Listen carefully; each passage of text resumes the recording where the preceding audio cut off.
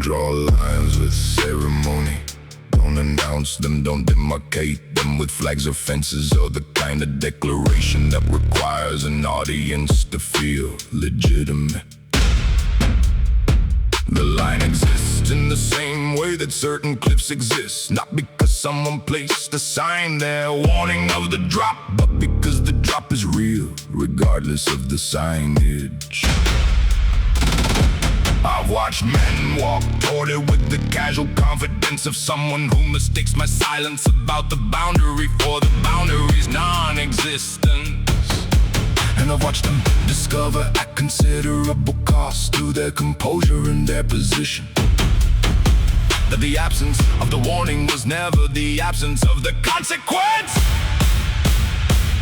Don't cross my line, not because I'll tell you you crossed it. I won't. You'll know the way you know when something irreversible has occurred. Not in the moment, but in the aftermath, when the room has a different configuration and the options you had yesterday are no longer on the table. Don't cross my line, because lines like mine don't reset, don't offer a second starting position, don't negotiate retroactively with the crossing. The line is the line, and crossing it isn't a mistake you recover from.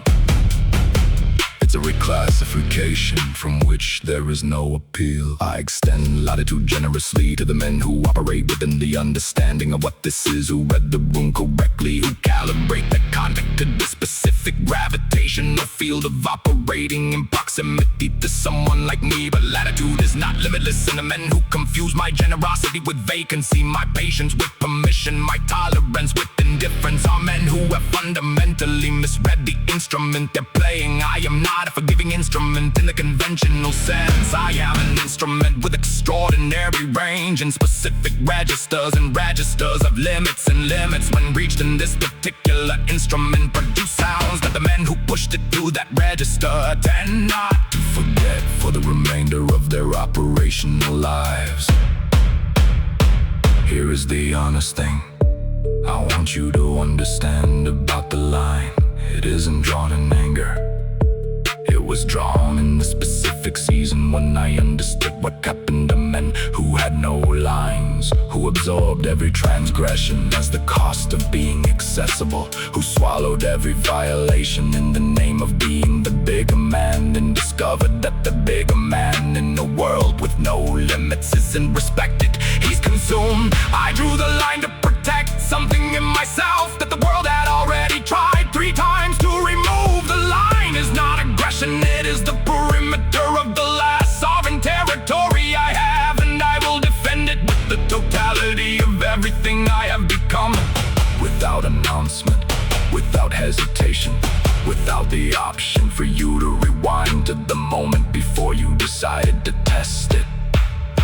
So here we are, you on your side, me on mine, and the distance between us is not hostility. It is the respectful geometry of 2 men who understand where one thing ends and another begins. I am not asking you to fear the line. I am asking you to respect it the way you'd respect any boundary between what is yours and what is mine. Because fear is temporary and produces resentment, but respect is structural and produces the kind of durability that makes long arrangements possible. And I would prefer a long arrangement to a short and terminal one. I always prefer that. I'm choosing that right now by telling you this instead of simply letting you find out the way most men find out. Consider this the rarest thing I offer, a map before the territory teaches you its own geography the hard way.